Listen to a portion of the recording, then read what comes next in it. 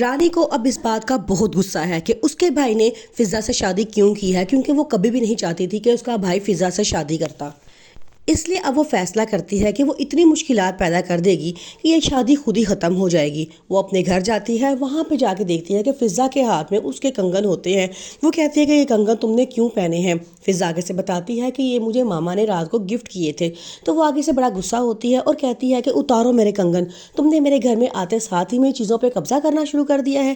یہ سب کچھ اس کا شوہر ثاقب دیکھ رہا ہوتا ہے، اسے بڑا غصہ آتا ہے۔ وہ اپنی بیوی کو روکتا ہے کیونکہ وہ اسے تھپڑ مارنے لگتی ہے۔ زارون اب بہت خوش ہے کیونکہ وہ ہمیشہ سے ہی فضا سے شادی کرنا چاہتا تھا اور آج اس کی بہت بڑی خواہش پوری ہو چکی ہے۔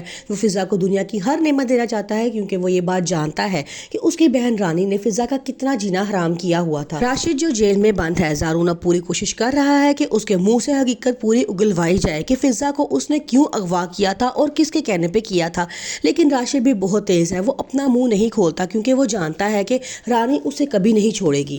زارون نے اپنی پوری کوشش کر کے دیکھ لی ہے لیکن وہ کسی صورت اس کا نام لینے کے لیے تیار نہیں ہے۔ اس لیے اب وہ فیصلہ کرتا ہے کہ اب وہ سخت سے سخت سزا دی جائے تاکہ وہ فٹافٹ بتائے کہ کس نے اس کو فضا کو اغوا کروایا تھا اور اس کے پیچھے اس کا مقصد کیا تھا۔ رانی بہت ڈری ہوئی ہے، وہ بار بار راشد سے ملنے جاتی ہے اور اسے باغی تنقید کرتی ہے کہ تم نے کبھی بھی میرا نام نہیں لینا ورنہ میں تمہارا پیچھا چھوڑ دوں گی اور تمہارے پیچھے کوئی بھی یہاں پہ تمہیں ملنے والا نہیں آئے گا۔ راشد کہتا ہے کہ تم بے فکر رہو، میں تمہارا نام نہیں لوں گا۔ زینت بہت غصہ کرتی ہے، وہ راہم سے بہت لڑائیاں کرتی ہے اور کہتی ہے کہ تم ابھی بھی اس لڑکی کے خیالوں سے نہیں نکلے ہو۔ آگے سے وہ کہتا ہے کہ میری شادی تمہارے سے زبردستی کی گئی تھی، میں نے پہلے ہی کہہ دیا تھا کہ میں اس شادی کو نہیں چلا سکتا، لیکن میری ماما کی ضد کی وجہ سے میں تم سے شادی کی تھی۔